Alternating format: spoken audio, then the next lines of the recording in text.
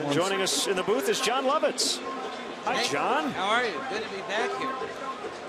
Always a pleasure, John. How many years now have we had you in our booth? I think this is 5. 5 in a row. I think so. Well, it's great to have you back. I've been here longer than some of the players. That is true. But you're doing great. 14-0. The Grand Slam was awfully exciting. This is a great game. You made up a flowl, which we have dropped on the air on occasion. The fly ball foul becomes a flowl. You remember that? Yeah, that's right. Well, not only is it right, it's true. Glad to see you become professional. Complete professional by adopting my terms. Swing and a miss. Swing and a miss. That's called a smish. You didn't know that? I do now. Yes, I do exactly. Now. How have you been, Len? I've been great, John. Thank you for asking. Tonight you're going to be out in Schaumburg. Let's get the plug out of the way. Oh, yeah, at the Improv. In Schaumburg in the, was it the Woodfield Mall? Woodfield Mall. Yeah. One show tonight, 2 tomorrow, and 1 Sunday. Okay. 8 o'clock tonight, the way the Cubs have been swinging the bat, I wasn't sure you're going to be able to stick around. Well, last year I couldn't because there was a rain delay, but today the weather, I mean, it's perfect. I'd have moved here in Chicago. I did League of Their Own, and we shot some of it on Wrigley Field, and I loved it so much. I wanted to move here, but then you have those brutal winters, and I like being outside too much. Swing and a miss by Hernandez. Another smish. So, okay, Saturday Night Live, you would have worked with a lot of Chicago people over the years, not only cast members, but writers as well from Second City. I don't know how much time. Well, the ones off the hand I remember most is Bob Odenkirk, who's now on Better Call Saul. He was there as a writer in 1985 or 86 when I was there. And then I remember Bob talking about, he goes, you got to see this new guy, Chris Farley's coming on the show. He's so funny. He's funny just standing there. And I became good friends with Chris. And, yeah, they have great people from Second City. I think Mike Myers was in it in Toronto, I think. That's right. And I was in the Groundlings Theater in Los Angeles, so they always go to those two places at a time.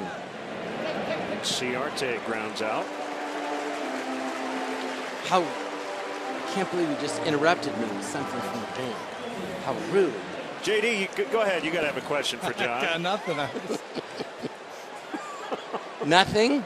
I've got a question for you. I have a question for you. Do you know what a Molly Duker is? Huh? Do you know what a Molly Duker is?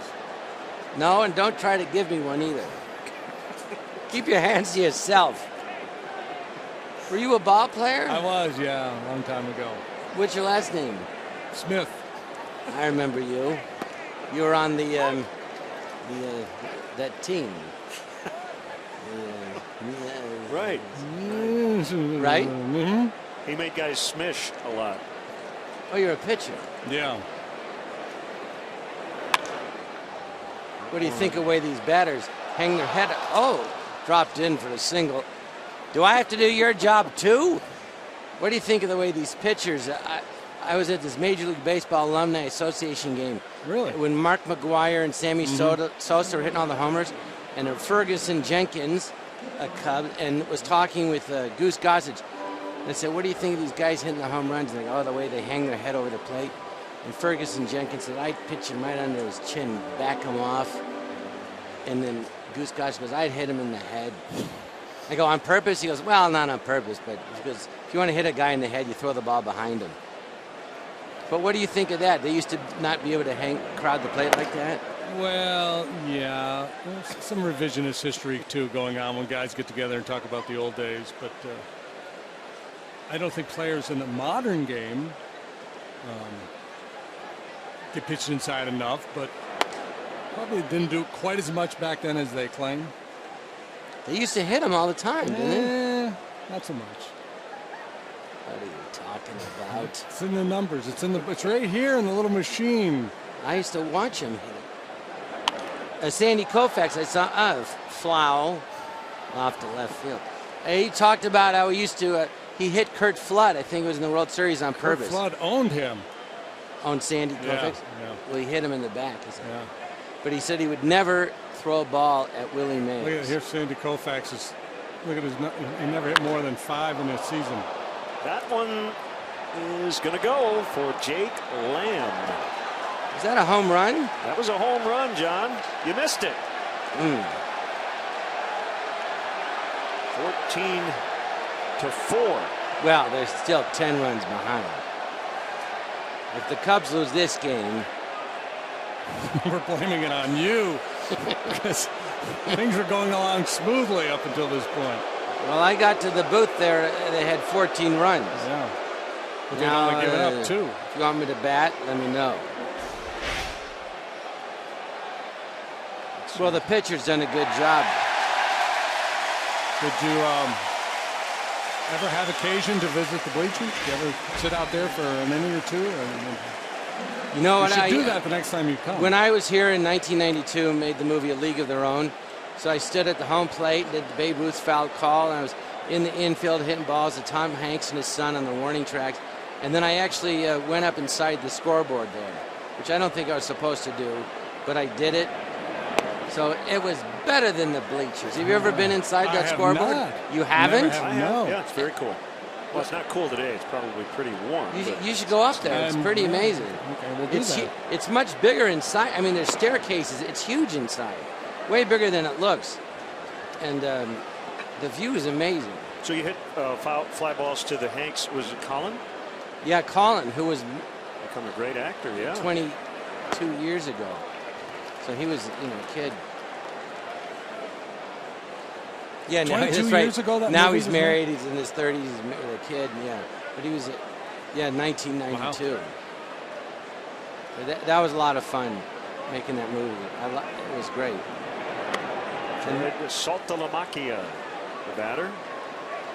Yeah, that's. How many times did you practice saying that? A lot. Can you say it 3 times fast? No, not fast. Exactly. They call him Salty for short. Bounce that one off his foot. Now, so League of Their Own, you played the scout. That's Great right. movie. Good And role. you pitched for who? I enjoyed that role very much. The whole train station bit. But so, was this a slam dunk that you were going to get that role? Was it how'd that come to be? It was. They wrote it for me. They said, this is the guy. Lowell Gans and Bob Lou Mandel. They wrote the movie Splash and Parenthood, and they used to run in Happy Days.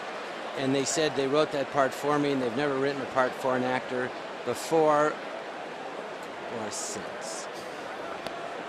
And I was flat. I read it, and I thought it was hilarious. And I said, I have to play this. What was her name again? This one here? Was that character? Oh, Megan. Oh, you have a picture of me. Yeah, there's Lori Petty and Gina Davis, Megan Cavanaugh. Mm-hmm. That was me when I had darker hair and a mustache. And 30 pounds ago, Len. How do you stay so thin? I'm here.